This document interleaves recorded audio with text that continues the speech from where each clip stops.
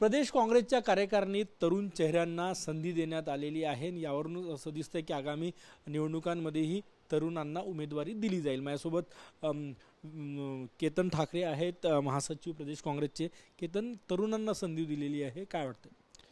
सर्वात आधी मी माननीय प्रदेशाध्यक्ष हर्षवर्धनजी सपकाळ यांचा खूप खूप आभारी आहे की त्यांनी माझ्यासारख्या तरुणांना यावेळेस प्रदेश काँग्रेस कमिटीमध्ये संधी दिली।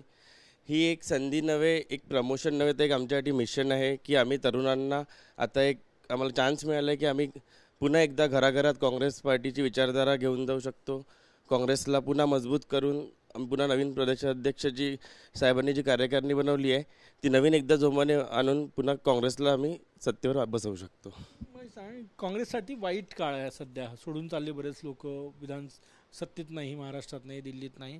अशा कठीण काळात मोठं चॅलेंज आहे पक्ष उभारी देणे। नाही, चॅलेंज तर मोठं आहे, पण जे आता लोक सोडून चालले त्यांच्या जागी नव्या युवा चेहऱ्यांना संधी देऊन पक्ष पुन्हा बळकट करू शकतो।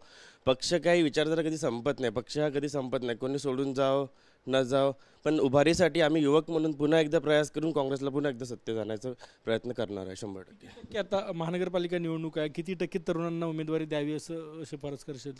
नाही, माझ्या मते कमीत कमी 33% तरी उमेदवारी तरुण असले पाहिजे, कारण की आज आपण बघतो तरुण माणसं ज्या स्फूर्तीने, ज्या आपल्या कर्तव्याने काम करतो आहे, ज्या रफ्तारने तो खाली फिरतो आहे, लोकांमध्ये जातो आहे, जनसामान्य लोकांचे काम करतो आहे, तर त्याच्या याच्यात 30% तरी तरुणांना संधी मिळाली पाहिजे। युवक काँग्रेसमधनं तो आता प्रदेश काँग्रेसमध्ये आला, काय फरक जाणवतोय?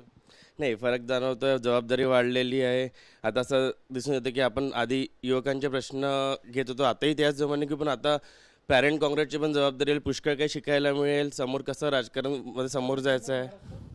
महाराष्ट्रात दौरे करणार आहे? नाही, 100% दौरे करू, जे चान्स मिळेल, ज्या परीने आपण प्रयत्न करू शकू, मग चांगले एक्सपिरियन्स पण येईल आणि समोरच्या राजकीय दृष्टिकोनाने पण खूप फायदा होणार आहे असं मला दिसतंय। कॅमेरामॅन सचिन सायांसह गजानन उमाटे, TV9 मराठी, नागपूर।